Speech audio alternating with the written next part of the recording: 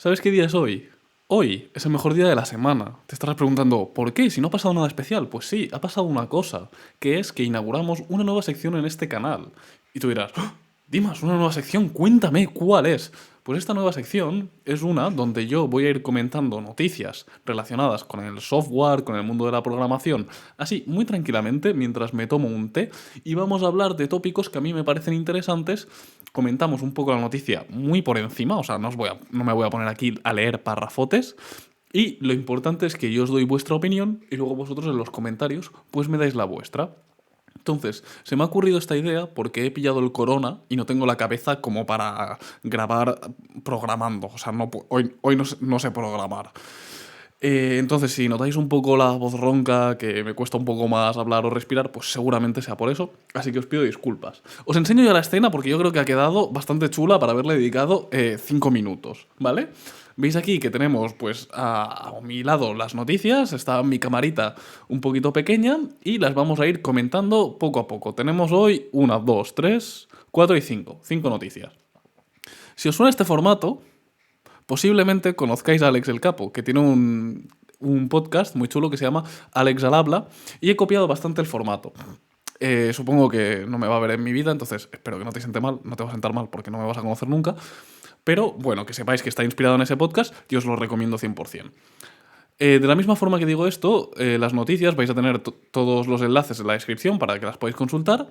Y si en algún momento Shataka, por ejemplo, que es la página donde he sacado la mayoría de las noticias de hoy, se entera de esto y dice, Dimas, no me mola que estén mis noticias en tus vídeos, por lo que sea, tú me lo dices, me escribes al mail de contacto y yo borro el vídeo, súper colegas. Pero no creo que haya problema porque no sabéis que existo. Así que vamos a comenzar, ¿vale? Nos vamos a poner aquí con la primera noticia, que es un debate que a mí siempre me ha interesado bastante y del que me gustaría hablar más extensamente con gente de los dos mundos alguna vez en el canal. Para ello voy a dar un sorbito al té, un té negro con canela o en una taza de los Beatles, muy rico, y empezamos a hablar del tema, ¿vale? Id leyendo el título y id formando un poco vuestra opinión sobre este tema. Vale, muy bien. El titular es aprender a programar vía FP, que es formación profesional, o cursar ingeniería informática, entre el sentido práctico y la visión holística. Bueno, aquí se han venido un poco arriba, ¿no? En Latinoamérica, no sé si tenéis también este modelo, aquí la formación profesional es una formación de 2 años, una ingeniería informática, por ejemplo, se hace en una universidad y dura 4 años, como mínimo, y una formación profesional es una formación de 2 años que se hace en un centro de formación generalmente distinto a una universidad, ¿vale? Eh, entonces, ¿qué pasa con esto? El tema, por ejemplo, la FP, para abreviar, muchas veces yo creo que es como mucho más concreto y mucho más directo, ¿no? Por ejemplo, un ciclo puede ser, perdón, una formación de estas podría ser desarrollo de aplicaciones web y aplicación para móvil. Entonces, claro, tienes 2 años, por tanto vas como mucho más al grano y aprendes exactamente lo necesario que necesitas para desarrollar esas aplicaciones web y esas aplicaciones móviles. Está, yo creo que mucho más enfocado a encontrar trabajo, o sea, la formación profesional, como su nombre indica, va más para que salgas y tengas un trabajo, eso sí, en un nicho bastante más específico. Y ingeniería informática, yo creo que, pues claro, tiene mucho más conocimiento, tiene, por ejemplo, o sea, mucho más conocimiento, perdón, no quería decir eso.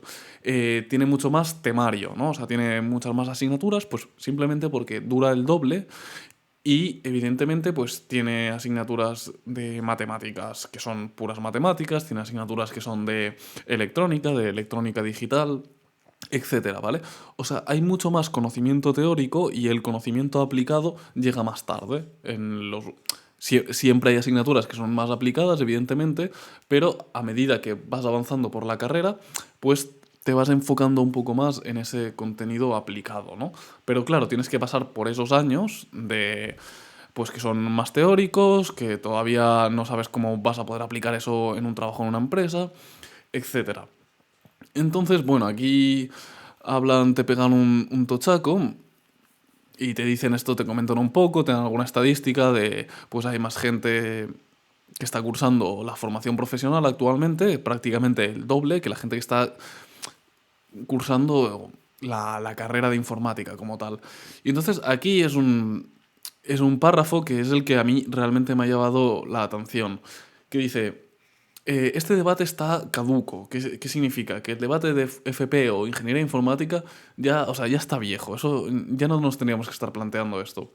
Nos tendríamos que estar planteando otro debate que es formación en general más clásica, englobando ambas, FP y carrera universitaria, contra formación autodidacta, que tú puedas aprender pues, en un curso de cualquier plataforma, aquí mismo en YouTube, de libros, como sea, pero que simplemente tú por un medio u otro hayas conseguido esos conocimientos, pero lo que no tienes es un título que lo avale.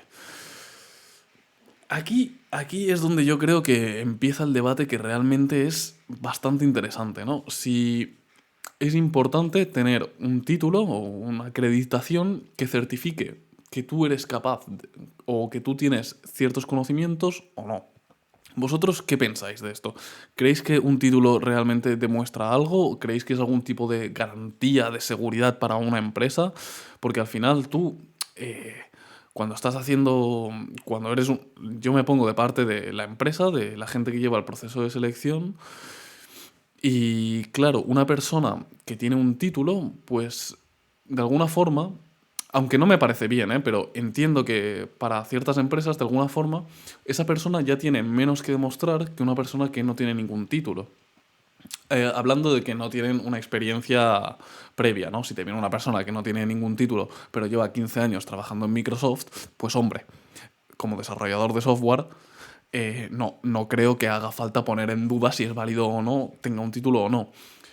Pero claro, si no tienes un título, hay que evaluar sus capacidades de alguna forma. Y eso supone, entiendo que más esfuerzo, ¿no? Para, de cara a la gente que lleva el proceso de selección, si tú tienes que hacer esa evaluación, pues tienes que hacer alguna prueba más.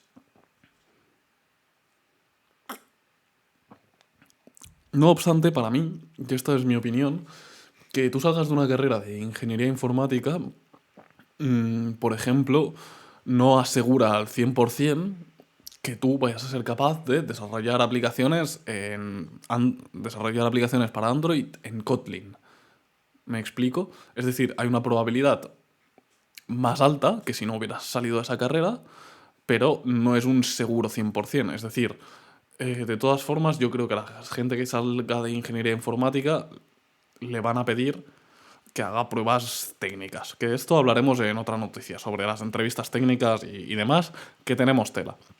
Pero bueno, yo, mi opinión sincera, y me voy a mojar. Me voy a mojar, venga. Y igual me llueven palos. Porque igual en esta época no gusta mucho. Pero yo voy a romper una lanza a favor de la carrera universitaria. En ciertas universidades, no en todas, porque no siempre es así. Pero creo que la carrera universitaria te fuerza, de alguna forma, a desarrollar ciertas habilidades o cierta resistencia, ciertas capacidades, no tan técnicas, sino más humanas, te fuerza un poco a desarrollarlas mucho más que que otro tipo de formaciones. Sobre todo online, ¿no? Porque una formación online, una formación que tú hagas a tu ritmo, te lo puedes marcar tú el ritmo. Y por supuesto, si tú quieres y eres capaz, te puedes suponer una exigencia mucho más alta que la que te pondrías la que te impondrían en una universidad. Tú por tu cuenta te puedes poner y decir, voy a estudiar 12 horas al día y cumplirlo a rajatabla y tú mismo meterte una presión en la cabeza y tal, ¿no? O sea, eso es una posibilidad, pero no creo que eso sea lo típico. Seguro que hay casos, pero no creo que eso represente a la media en este caso, ¿no?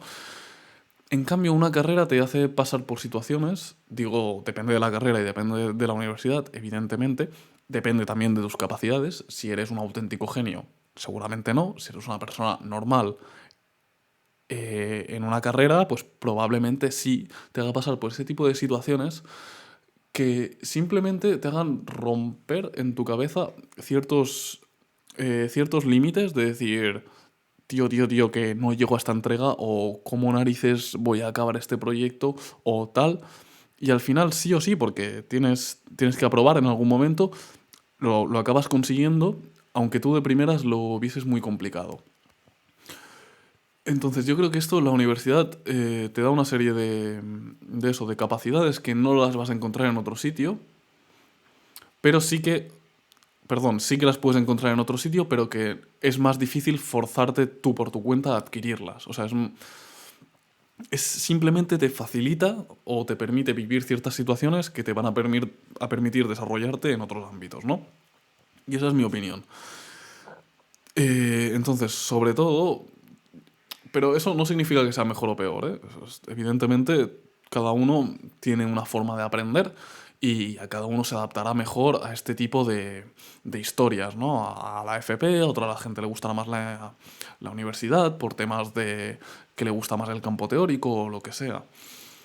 Entonces, por eso también depende un poquito de ti, de cuáles sean tus intereses. Si tú tienes unos intereses mucho más genéricos, mucho más amplios, que, por ejemplo, cualquier cosa en el mundo de la tecnología, de la ingeniería te puede apasionar, pues hombre, una ingeniería yo creo que está hecha más a tu medida, simplemente por el hecho de que vas a ver un abanico mucho más amplio de tópicos.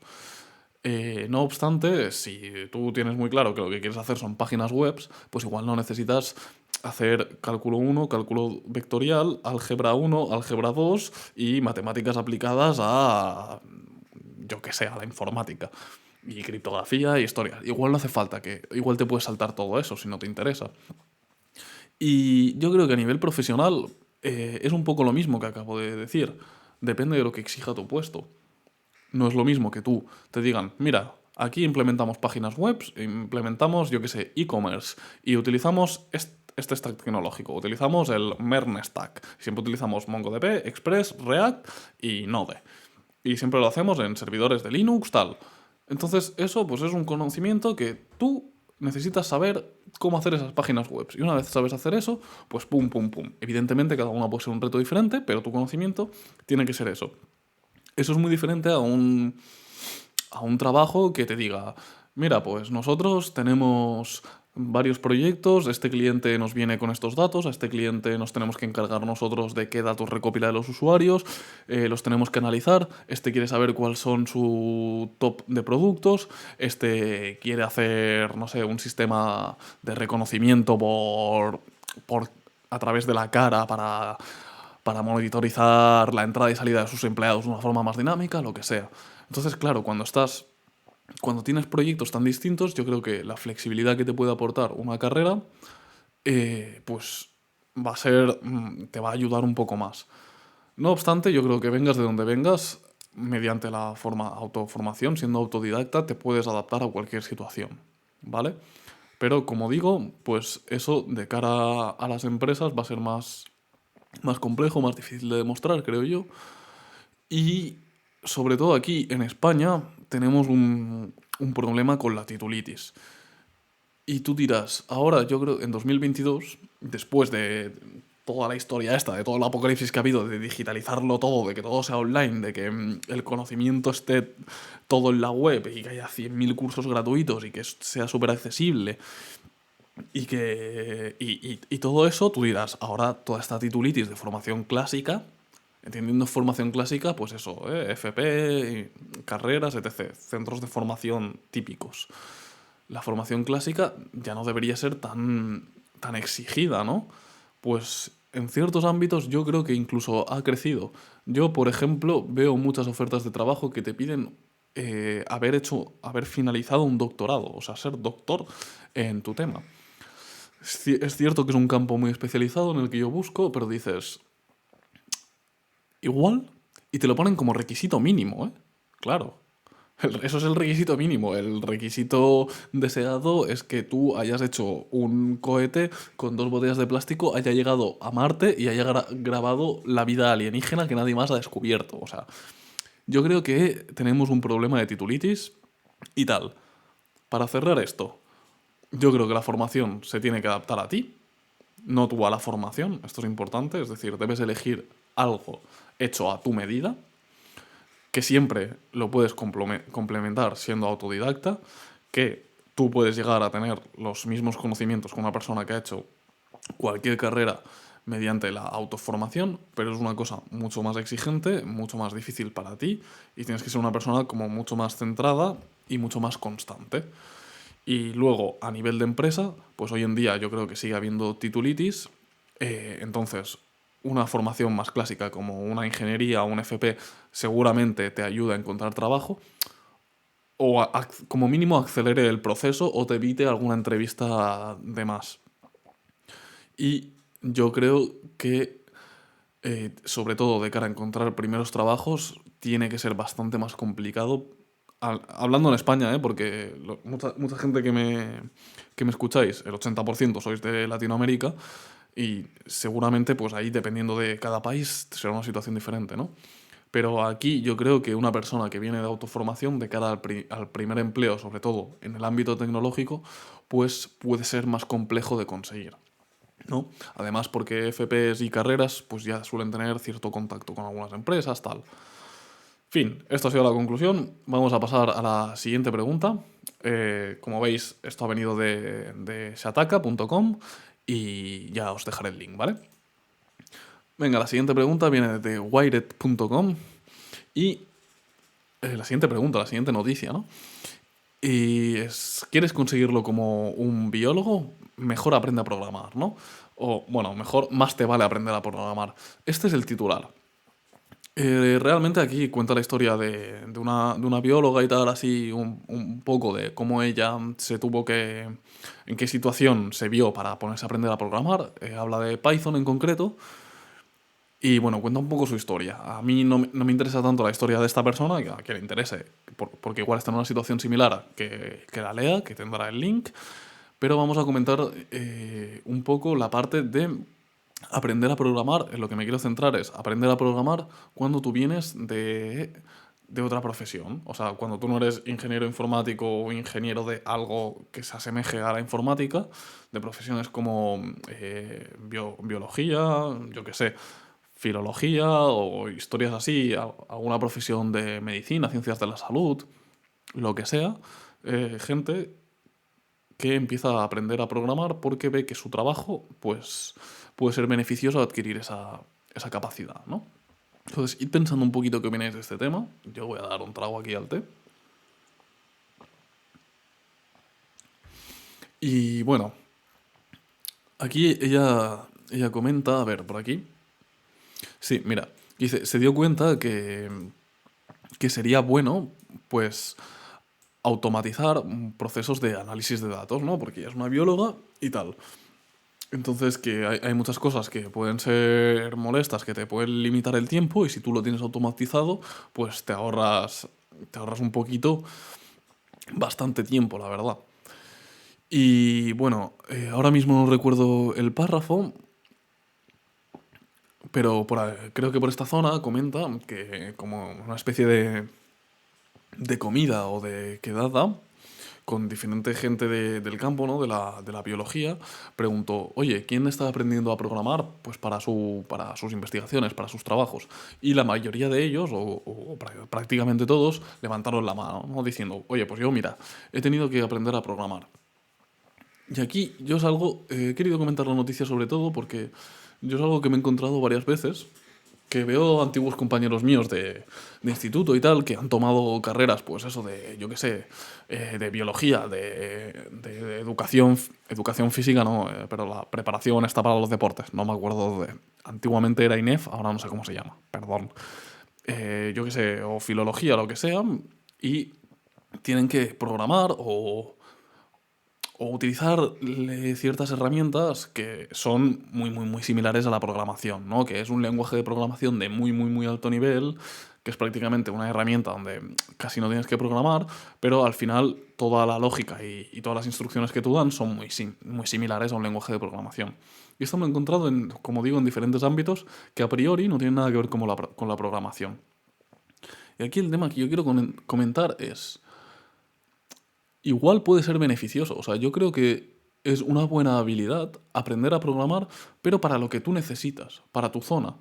Es decir, si tú, por ejemplo, vienes de biología, no tiene mucho sentido que tú aprendas a programar aplicaciones web full stack. y tengas que aprender a programar bases de datos, servidores, registro, hacer logins de usuarios, experiencia de usuario, el cliente, las comunicaciones asíncronas, eso no tiene mucho sentido.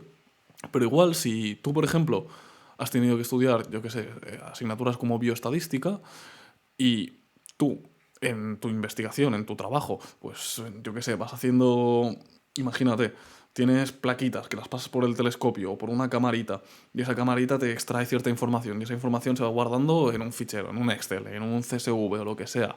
Y luego tú todo eso lo tienes que ir analizando para detectar patologías o para sacar las conclusiones que sean. Pues hombre, si tú eso eres capaz de automatizarlo mediante la programación, pues mucho mejor, ¿no? Entonces, yo creo que tiene sentido que para ciertos empleos, sí, para ciertas posiciones, aunque no sea nada de programación, o sea, perdón, aunque no tenga nada que ver con la informática y tal, aprendan a programar o aprendan sí, ni que sea el lenguaje, yo que sé, por ejemplo, R o MATLAB o lo que sea. No hace falta que aprendan, evidentemente no tiene sentido que aprendan C en general, pero lenguajes así de más de alto nivel, que tú, por ejemplo, sepas estadística y tú digas, aquí tengo que aplicar un análisis del componente principal, ¿no? Pues tú, en estos tipos de lenguajes, simplemente tendrás una función que se llamará PCA, Principal Component Analysis, le pasas un vector de datos y te lo aplica. Pues en ese sentido yo creo que tiene bastante coherencia que tú sepas programar, simplemente que tú sepas aplicar de forma automática con un programa aquellos conocimientos teóricos estadísticos que tú tengas. Yo creo que análisis estadístico es súper útil. Y luego, por ejemplo, a raíz de esta noticia me he acordado de un gran amigo mío, que espero que vea el vídeo, si no, cuidado, ¿eh? Que él es filólogo y empezó a aprender Python con mi curso porque le interesaba mucho el campo del procesado natural del lenguaje, que pues evidentemente se utilizan muchas técnicas de machine learning, son modelos de redes neuronales, etcétera. Y claro, el rey en estos días para este tipo de modelos es Python. Entonces, es que es una carrera completamente... O sea, es que no tiene... Tú, en tu cabeza, si a ti te dicen filología, en ningún momento te imaginas que una persona que estudie eso en algún momento necesite aprender a programar. Pues sí, y es lo que digo, no tiene sentido que mi amigo coja y diga, mira, me voy a aprender a programar aplicaciones para iOS. Pues no. Pero sí que tiene sentido que intente aprender por ahí, intente entender los conceptos y lo intente aplicar. Igual ya no para hacer programas él, pero sí como para poder trabajar codo con la gente que se dedique pues, a la inteligencia artificial, a los análisis de datos y puedan aportar y se puedan entender y tengan una comunicación mucho más ágil. ¿Vale? Esto es un punto muy importante. Y para el tema de esta biología, de esta bióloga, por ejemplo, opino lo mismo, ¿no? Que si en algún momento tiene que trabajar en una empresa donde pueda trabajar codo con programadores, yo creo que es beneficioso que ella tenga un mínimo de conocimiento y viceversa igual, que el programador tenga un poco de conocimiento sobre el campo de biología en el que trabaja para que la comunicación sea mucho más ágil y pueda pedir un programa con cabeza, ¿no? Porque muchas veces la gente que no tiene ni idea de programación pide cosas que dices, esto me lo puedes tener para la semana que viene, ¿no? Es sencillo. Y tú dices, igual para el año que viene lo podemos hablar. Y al revés, que los programadores implementamos un programa para solucionar cierto problema con la biología y pues no tenemos ni idea y hacemos una aplicación que para ellos es completamente inútil o ya tienen una forma más eficiente de hacerlo, ¿no? Entonces yo creo que tener un poco de conocimiento por ambas partes puede ser bueno, sobre todo cuando trabajas en equipo, ¿no? Evidentemente, si tú eres un investigador que estás solo, pues tendrás que aprender mucho más de programación si es que la necesitas. Y con esto yo creo que podemos pasar a la siguiente noticia. Volvemos otra vez a Shataka. Y esta noticia me ha parecido bastante curiosa. A ver, ¿cómo hago esto yo para que veáis bien el título? Vale. Es que todavía tengo que acabar de configurar bien el overlay, ¿eh? Dice, empresa busca programador y, polémica, cuando las pruebas de selección camuflan trabajo gratuito. Vale, vamos a poner el tamaño otra vez. Y bueno, aquí en realidad vamos Vamos a comentar un poquito el tema de las entrevistas en el mundo de la programación, las entrevistas técnicas y tal. No nos vamos a centrar tanto en el titular como tal, ¿no? Que además es que no me he leído la noticia porque... No me la he leído entera, perdón, porque me ha dado un poco de pereza, pero he ido mirando apartados que creo que son interesantes comentar. Eh, entiendo que lo que comentan aquí de cuando las pruebas de selección camuflan trabajo gratuito es una exageración, ¿no? Sino que significa que las pruebas de selección están siendo muy, muy, muy exigentes. Es decir, que te hacen entrevistas, te hacen pruebas técnicas que parece que estés un día en el trabajo, que igual tienes que estar, yo qué sé, de 2 a 4 horas haciendo una prueba técnica, programando, resolviendo diferentes preguntas, haciendo pequeños proyectos y dices, oye, esto parece que esté haciendo el trabajo de alguien de la empresa, ¿no? Entiendo que es una exageración, que esto no ha pasado tal cual lo cuentan, ¿no? A ver. Ah. Y bueno, vamos a ir parte por parte porque comentan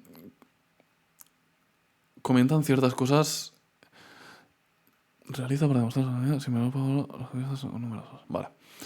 Comentan varias cosas interesantes. Por ejemplo, aquí una startup que dicen, oye, intentamos que impere el feedback, ¿no? Es decir, que la gente que se entreviste sea, la entrevista sea exitosa o no quieran continuar con el proceso de selección, pues esa gente reciba un feedback, pues ya sea bien de por qué nos has gustado, por qué continúas, o por qué no queremos que sigas, ¿no?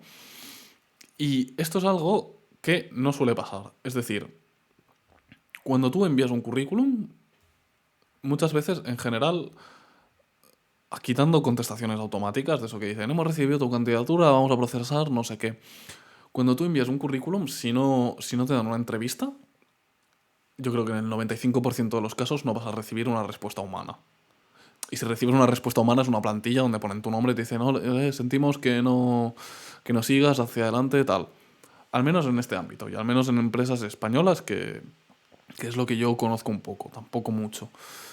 Entonces eso, si tú envías el currículum y tu currículum lo ven o lo procesa cualquier programa, que esta es otra, muchas veces lo procesa un programa y si no tiene cierta información que les interesa, te llega un correo automático que dicen, por razones que no podemos desvelar, no vas a seguir en el proceso y tú, perfecto, muchas gracias, la verdad es que me ha aportado bastante tu respuesta.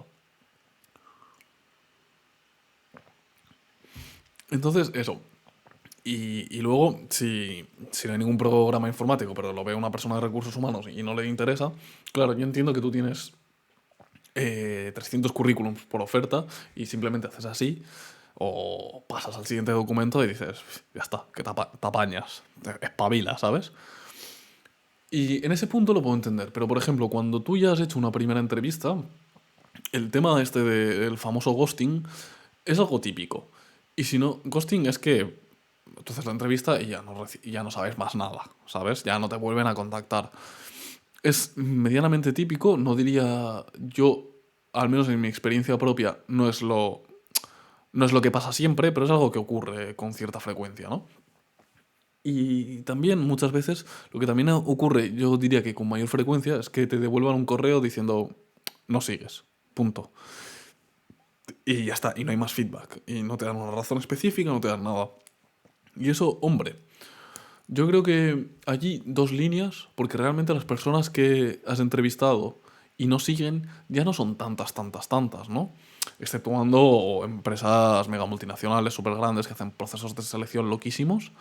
Para empresas así medianas, pequeñas, ya no son tantas. Yo creo que un par de líneas, ¿no? O sea, tú es algo que cuando terminas la entrevista, me imagino, igual lo tienes que comentar con algún superior tuyo, dar cierto feedback, pero tú ya tienes una idea de por dónde van a ir los tiros. Yo creo que apuntarte dos líneas de, no tiene estos conocimientos, nos gustaría alguien con más experiencia, tal.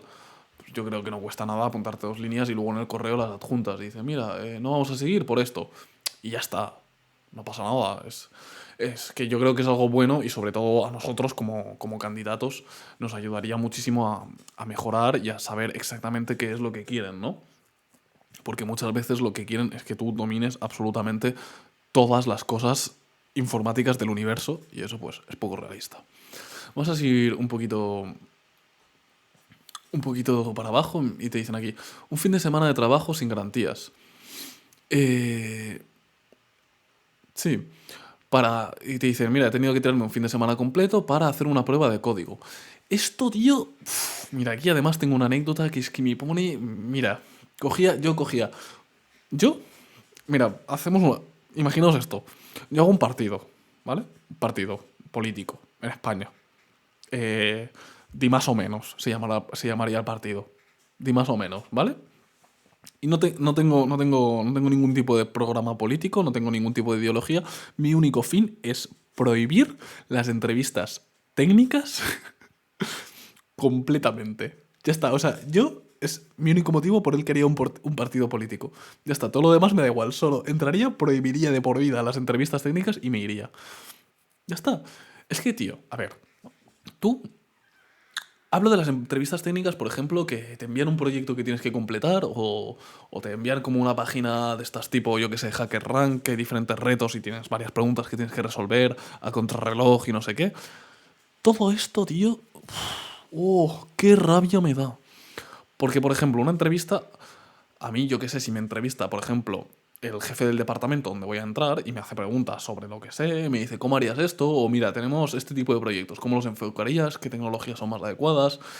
Y si es para. Y si buscan yo qué sé, si buscan Python, pues está bien que te pregunten, yo qué sé, esto cómo implementarías aquí una clase para realizar esta tarea o lo que sea. O sea, está bien que te hagan preguntas técnicas. Una persona. Pero yo, tener que ir a una plataforma de esta y ponerme a escribir código, es que, no puedo, tío. Y responder preguntas de multiple choice, de ejecutamos esto, ¿cuál es el output? Vete, ejecútalo y verás cuál es el output, tío. Es que eres tonto. ¿Para qué me preguntas eso? ¿Para qué me haces preguntas? ¿Para qué tengo que programar yo, desde cero, una linked list? ¿Por qué? Dime qué lenguaje de programación no tiene una estructura de datos hecha de forma nativa que cumpla esa funcionalidad. Dímelo.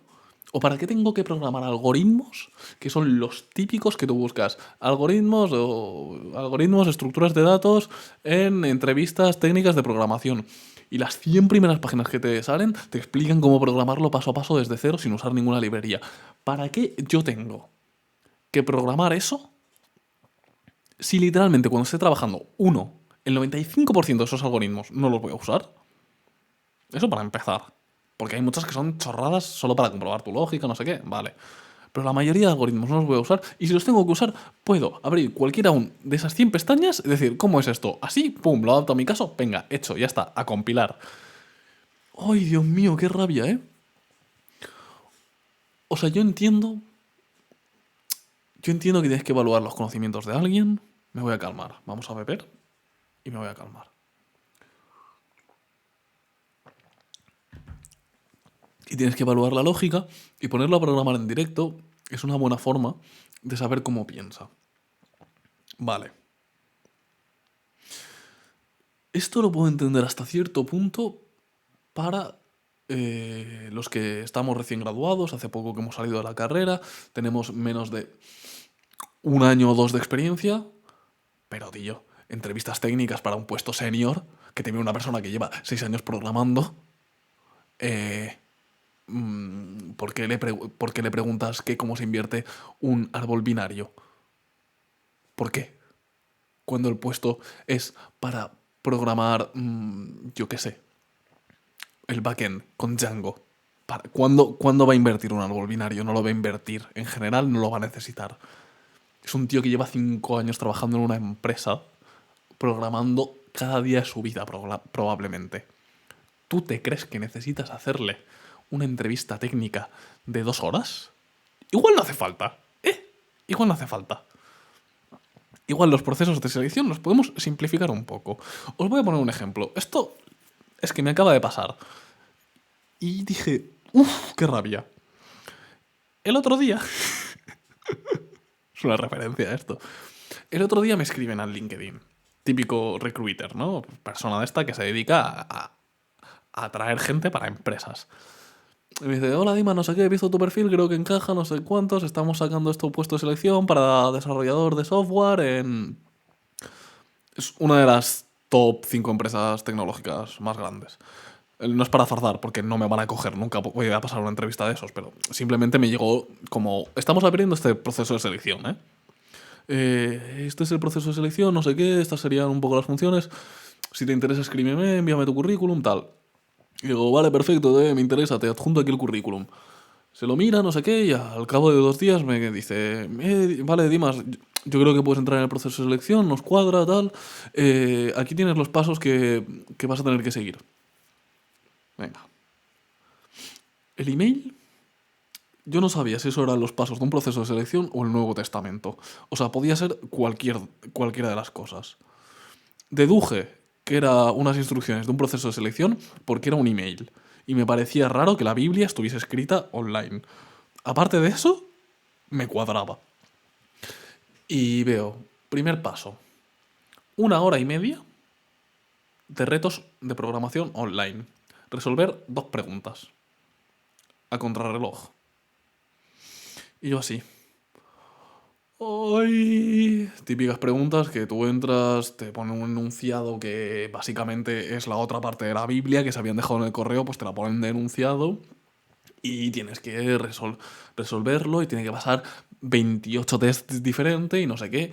Y te pone ahí un reloj bien grande para que te estreses y te dicen, y si tú cambias de pestaña, te dicen, oye, has cambiado de pestaña, eso sí, lo informaremos a los reclutadores, es fraudulento, no sé qué. Y te dicen, puedes mirar la documentación, pero no puedes mirar ningún vídeo, ningún tutorial, ningún no sé qué, ningún no sé cuántos, no puedes copiar código. Y yo, ¿en qué parte del mundo todas estas restricciones que me estás poniendo representan el trabajo realista de un desarrollador?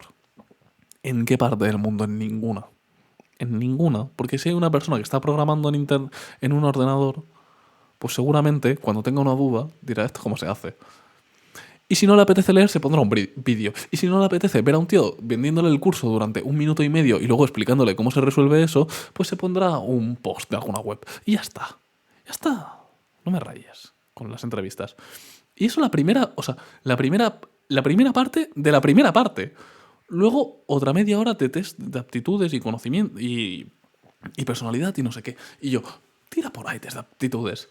Luego, eso es la primera parte, que era todo online, todo automático, sin hablar con nadie. Si lo pasabas, 4 horas de entrevista con gente diferente. Y yo, pero a ver, hijo mío, no tengo 4 horas seguidas nunca, porque hago clase con horario partida, estoy haciendo la tesis del máster y tengo cosas. Y me gusta entrenar, me gusta ver a gente, me gusta vivir.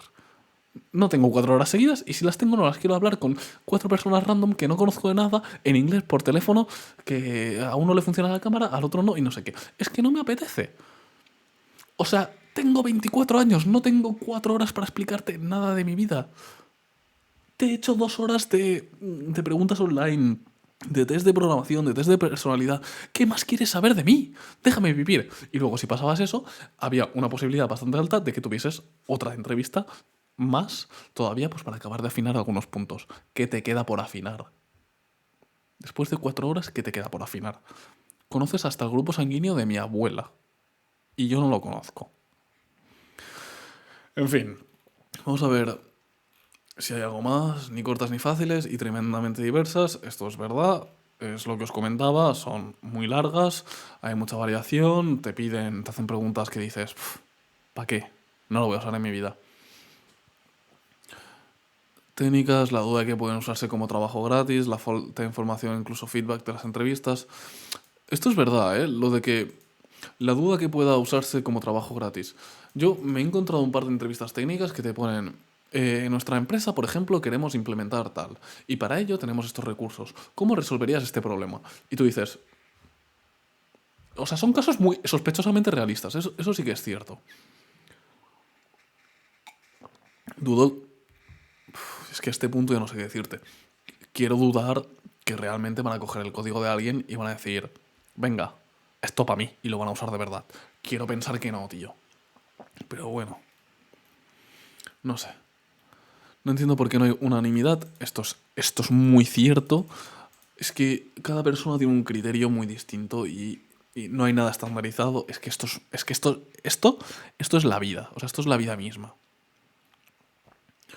Eh, Se echa mano de las pruebas de algoritmia en pizarra. Esto, o sea, si alguien te pide una prueba de algoritmia en pizarra, directamente esa persona debería llegar al FBI. O sea, debería ir el FBI, coger la pizarra, estampársela en la cabeza y llevarlo detenido. O sea, ese es el proceso a seguir. Es broma, ¿eh? No, broma. Eh, la propia heterogeneidad de los perfiles profesionales, esto es muy cierto. Te piden perfiles que tú sepas de inteligencia artificial, de Docker, y si sabes desplegar aplicaciones con web con Java, mejor. Y tú, pues sí, evidentemente.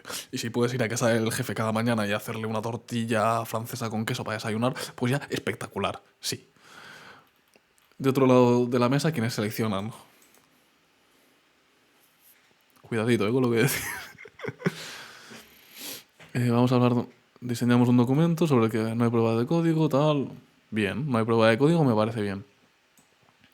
Con el CTO para conocer la filosofía de la compañía. Esto me parece bien, tío. O sea, me parece muy bien que haya una empresa, que haya una entrevista que sea realista donde se hable de la cultura de la empresa. Porque esto parece una tontería, pero hay trabajos que igual, o sea, hay empresas donde las que igual no quieres estar, aunque el sueldo sea bueno y el proyecto te interese, igual no quieres estar por ciertas políticas o cierta cultura empresarial que tienen. O sea, que simplemente estás en contra, que eso no encaja contigo y por mucho que te guste el proyecto o lo que sea, dices, paso. Entonces, que haya una entrevista que sea como más una exposición, un poco más de debate, o sea, que no sean preguntas, rollo, que ya no te estés jugando nada, simplemente te expliquen y tú puedas preguntar tranquilamente sobre filosofía de la compañía, cultura corporativa, todo eso, me parece perfecto. Las pruebas de código se centran en ejemplos totalmente ajenos a su negocio. Dios. Es que esto... Ay, lo he perdido. Ah, esto. Esta frase. Vaya por Dios. Pero bueno, esta frase, tío, esta frase, o sea, esta frase es la verdad. Esta frase es un mandamiento. Pues literalmente, o sea, es un mandamiento. Y bueno, candidatos de este tipo que son reticentes. Claro, es que como no van a ser reticentes, tío. Tú imagínate que estás ahí entrevistando a una persona que quiere cambiar de trabajo, ¿eh? Que ya está trabajando. O una persona como yo, hace 2 semanas, o sea, yo dejé el trabajo porque quería dejar el trabajo, no porque quería cambiarme, ¿no? Pero imagínate que yo lo que quiero es hacer un cambio de trabajo mientras estoy estudiando el máster. Y tú me pones una entrevista de 4 horas y una prueba técnica de 2. ¿Cuándo la hago, tío? ¿Por la mañana cuando tengo clase de 8 a 2? ¿O por la tarde cuando tengo que trabajar de 3 a 7? ¿Qué hago? O sea, ¿qué hago? ¿Tu prueba técnica de 10 a 12? Es que no sé, tío. Es un poco... Creo que llega un punto donde no es necesario. ¿Se aporta toda la información en la oferta? No. Generalmente no. Poner a prueba bajo un examen a alguien que ya tiene una trayectoria profesional no es clave para detectar si es la persona que necesitamos para la compañía. No es que no sea clave, es que es completamente inútil. O sea, tú, una persona que tiene una trayectoria profesional bien definida, tú tienes que ver si encaja en tu compañía o no. Fin. No tienes que hacerle una prueba técnica a un tío que lleva 10 años programando. Hombre, a ver. Y también te digo, tío, es que esto es otro punto. Eh, Te piden muchos lenguajes, no sé qué. Tú coges a un tío que lleve 10 años programando y el tío lleva, pues yo qué sé, sabe Java, C, C++. Dice, no, es que aquí programábamos en Python, no me cuadras. Ese tío en 2 semanas sabe Python, pero vamos, sabe Python como sabe respirar y ya está, ¿no? O sea, no puede ser esto como un motivo importante. Rollo, las tecnologías, los lenguajes, sobre todo los lenguajes de programación, es que no... No, hay una visión muy mala, tío. Lo que importa es la forma de pensar que tiene la persona, la lógica, la capacidad de resolver problemas, la capacidad que tiene de comunicarse o dirigir un equipo. No importa si sabes JavaScript o Python, da igual, da igual. En los dos, cuando tú quieres dividir un string, usas el método split. Y de argumento le pasas el carácter por el cual quieres dividir un string. Ya está, ya está. O sea, no os rayéis con estas cosas, por favor. También cómo te enfrentas a situaciones que desconoces. Esto está perfecto, ¿vale? Pues una situación que desconoces no es una página online donde te piden hacer un código. sin consultar ningún tipo de información externa, porque eso no es una situación que desconoces, es una situación surrealista que no ocurre. Ya está. Me queda a gusto, ¿eh? ¡Oh, qué tranquilidad! Me gusta esta sección. Ya verás tú mañana cómo me levanto con la garganta el doble de hinchada que la voy a tener, arrepintiéndome de llevar 45 minutos hablando. Quedan, quedan dos noticias, pero vamos a ir rápido. Copilot ya pica el 30%. Esto también es de Shataka. Muchas gracias, Shataka. Es que tiene una sección de noticias de programación y tal. Unas máquinas. Copilot ya pica el 30% del nuevo código que llega a GitHub. Hostia, esto es tocho, ¿eh? Esto es bestia. El 30% del código que se sube a GitHub. O sea, de media.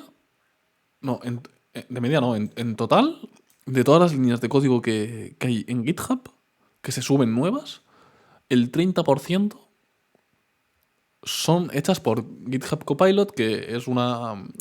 Bueno, es una herramienta que te ayuda a autocompletar código. Pero no autocompletar rollo que te acaba el nombre de una variable, autocompletar en plan que te hace funciones enteras más o menos complejas, ¿no? Pues una IA que se basa en procesado del lenguaje y tal.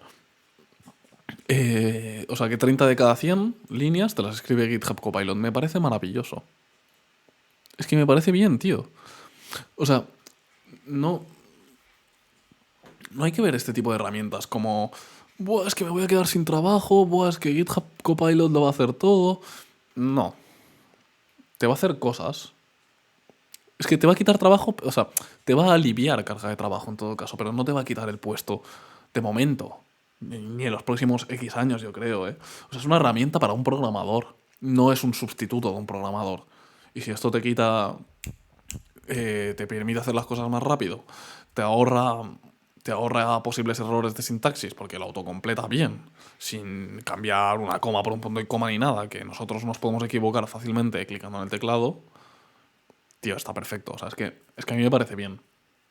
Tipo, al final la programación es un puzzle, rollo. No es que tú tengas que hacer una función y ya está. Son muchas piezas, son muchas clases, son muchos ficheros que tú tienes que decidir cómo interactúan, cuándo interactúan, en qué punto, quién se encarga de cada cosa. Eso GitHub Copilot hoy en día no te lo va a hacer. Pero si tú tienes que hacer una función para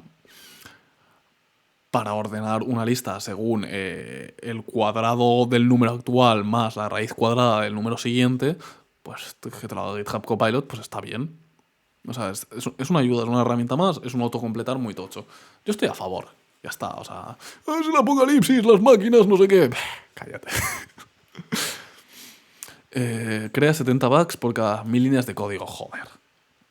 Tío, pues tú, no estamos al nivel ni mucho menos 70 bucks cada 1000 líneas de código. Es una locura, ¿eh? Es muchísimo. ¿Ves? La idea no es sustituir el desarrollador, sino hacerle ganar tiempo. Claro, tío. Si tú creas 70 bucks por cada 1000 líneas de código, 1000 líneas de código no es mucho, ¿eh? En un proyecto, o sea, a escala empresarial y tal, no es para nada una cosa descabellada. 1000 líneas de código. Y 70 bucks es muchísimo en proporción, creo yo. O sea, no, es que no os va a quitar el trabajo y ya está. Funciona con GPT-3. GPT-3, echadle un ojo a ese modelo. Lo hace OpenAI, creo, ¿no? Que OpenAI, si no me confundo, creo que está Elon Musk, el CEO de Tesla, SpaceX y tal, detrás. No participando él, pero como no sé si es propietario, inversor o algo de eso. Igual me estoy confundiendo de compañía, pero diría que él está por allí. Le podéis echar, aquí tenéis un link sobre GPT-3 y OpenAI, le podéis echar un ojo. Y vale, vamos a ir ya con la última, que esta es bastante rapidita. Vamos a hacer pequeño el título. Esto se me va a desconfigurar que flipas. Nos va a salir aquí un poco de publi. Pero bueno, sale aquí un señor, apuesto, ¿eh? Este es el pavo de élite. ¡Hola! No me había dado cuenta. Increíble. El chaval este, evidentemente, creo que lo sabe en élite, por lo que sea. Eso no es una broma, por favor, no, que nadie se lo tome mal. Vale, esto es. Voy a ahorrarme leer el nombre porque. Este señor, ¿vale? Que es este señor de aquí, CEO de la plataforma para desarrolladores Stack Overflow. La conocéis seguro, si no la conocéis, deberíais. le hacen unas cuantas preguntas, ¿no? Y el titular que sacan es: no puedes hacer que la gente vaya a la oficina solo por tenerles ahí. Debes confiar en que harán su trabajo. Bien, bien. Buen punto de vista. Vamos a hacer esto un poquito grande, no sé qué, lo vamos a bajar, tal, tiki tiki. Vale, aquí te hacen un poco de introducción de Stack Overflow, que bueno, ya sabéis, es una mega plataforma de dudas para desarrolladores y tal. Que tú dices, no sé hacer esto, y alguien te responde, o te dice, eres tonto porque no sabes hacerlo. O te dicen, este post está duplicado, se hace así, y ya está. Pero bueno, a mí lo que me interesa es el tema de. El tema del teletrabajo, ¿no? Es de lo que os quiero hablar en esta noticia. La historia de Stack Overflow no lo veo tan interesante para este vídeo. Generalmente centrados, tal. Sois pioneros del teletrabajo. ¿Han notado algún cambio con la pandemia? Y bueno, él contesta: en algunas dimensiones seguro, somos muy afortunados porque adoptamos el teletrabajo hace años muy bien. Un 80% de nuestros ingenieros de producto y entre el 40 y el 60% del equipo de marketing estaban en remoto antes de la pandemia, ¿eh? 80% en ingenieros de producto y 40-60% en marketing. En marketing un 60% es una burrada, creo yo. Para mí tiene sentido y está perfecto, pero o sea, es alto. Dice, mucha de nuestra cultura, nuestro comportamiento y de cómo incluimos a la gente ha seguido igual. Bien. Por ejemplo, antes de la pandemia, si una sola persona de una reunión no estaba en la oficina, lo que hacíamos es irnos a nuestros respectivos puestos de trabajo y hacer la reunión por Zoom. Esto lo veo exagerado. Os podéis reunir en una sala y poner a la persona en una pantalla con Zoom y ya está, y que haya una persona. Ponéis un buen micrófono y ya está, ¿no? O sea, pero bueno, me parece adecuado que no se fuerce a una persona a venir solo para hacer una reunión. Eso no tiene sentido. De este modo aseguramos que todo el mundo se siente incluido y no son una pantalla diminuta en la sala. Vale. O sea, lo hacen por esto. O sea, me callo la boca. Evidentemente, pues el señor CEO de Stack Overflow sabe más que yo. Te pido perdón por haber dudado de ti. Me parece un buen motivo. Lo respeto. Creo que el mayor salto es que todo el mundo esté trabajando en la intimidad de sus casas, con sus familias alrededor y sin capacidad de separar el trabajo de todo lo demás. Esto es muy cierto. En ciertos sentidos nos ha unido más. Ahora sé que Khalid, responsable de comunicación, corrió 6 millas hoy a la hora de comer. Él sabe lo que comí la semana pasada. Es un nivel distinto de conversación. Esto es cierto, ¿eh? Yo, cuando he hecho reuniones de teletrabajo, es mucho más propenso a que salgan temas rollo small chat. Es que para que me siento cuando veo estas cosas.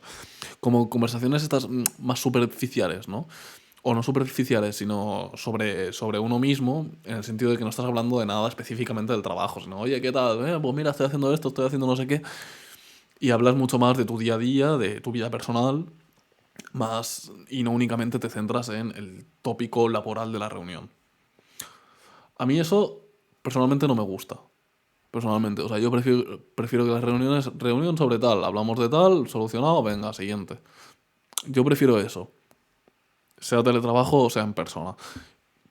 No porque no quiera llevarme bien con la gente de mi empresa o lo que sea, que me parece perfecto si hay ciertas ocasiones o incluso después de trabajar donde te dedicas a eso, a hablar con gente de tu empresa, a conoceros a nivel personal, tal, perfecto.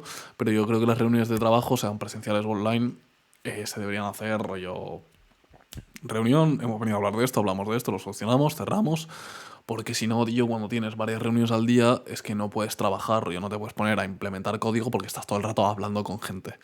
Y es un pozo de tiempo que no veas. Entonces, bueno. Entonces, esto, tío, es que me parece un máquina. Esto que dicen, adoptamos el teletrabajo hace unos años. Que a ver, esto, yo qué sé, igual te la está colando, ¿sabes? Pero vamos a asumir que es verdad, que no tiene motivos para mentirnos.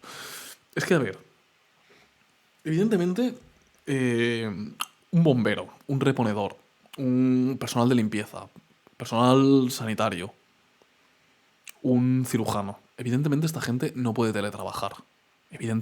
Claro que no. Pero un programador,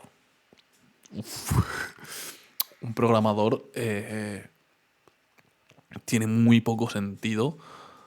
O sea, no es que tenga poco sentido, rollo. Hay situaciones muy concretas donde es necesario que trabaje en la empresa, pero si no, la mayoría del trabajo lo puede hacer en casa, creo yo. Que puede ser que seas, en la empresa seas más productivo porque estás en una zona dedicada al trabajo, porque tienes a tus compañeros a mano, entonces la comunicación puede ser más ágil. Sí, o sea, eso es cierto. Pero en cuanto a realizar tu trabajo, yo creo que da lo mismo. Yo personalmente creo que cuando estamos hablando ya de gente, rollo, no de gente que se acaba de incorporar, ¿no? De chavales que tengan 18 años y empiezan a trabajar, o gente como yo que acabamos de salir de la carrera, yo entiendo que tenga que estar un poco regulado y tal. Pero trabajos que realmente se pueden hacer online, con gente que ya lleva cierto tiempo en la empresa o ya lleva cierto tiempo en el mundo laboral, no impongáis horarios híbridos, no sé qué, lunes, miércoles y viernes empresa, martes, jueves en casa o al revés. Poned un calendario en común y dejad que la gente se organice según su vida y ya está. Ya está. Es que son ventajas. Es que si una persona tiene que meterse 40 minutos en metro para llegar al trabajo, para ir, y luego 40 minutos para volver, y ya va con las prisas, pues si esa persona la pones a trabajar, a teletrabajar, pues igual se puede levantar una hora más tarde, se levanta más tranquilo porque también se ha podido ir a dormir más pronto, porque no ha tenido que coger una hora de tren para volver a su casa, y se pone a trabajar ya más productivo porque está más chill. Y ya está. Y si hay que hacer una reunión, pues se hace online. Y si de vez en cuando hay que ir a la oficina por lo que sea, si está justificado, se va. Pero ir a la oficina para coger tu portátil que te has traído de casa, ponerlo, estar 8 horas así, e irte, dices, tío, ¿para qué me obligas a hacer esto? Que entiendo que aquí es una movida para las empresas que tienen mega instalaciones y mega oficinas y tal.